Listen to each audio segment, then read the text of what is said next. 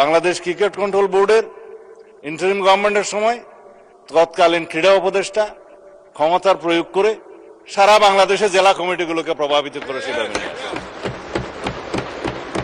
বাংলাদেশে যেগুলো registered club ছিল তাদের কাউন্সিলরদেরকে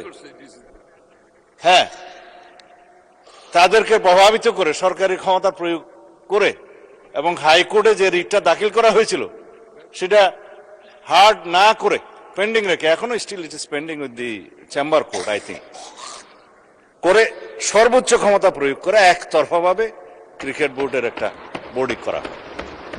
তার প্রেক্ষিতে বর্তমান গণতান্ত্রিক সরকার মাননীয় ক্রীড়ামন্ত্রীর নেতৃত্বে তিনি একটা ইনকোয়ারি বোর্ড করে দিলেন কি কি অনিয়ম হয়েছে না হয়েছে ফাইন্ড আউট করার জন্য।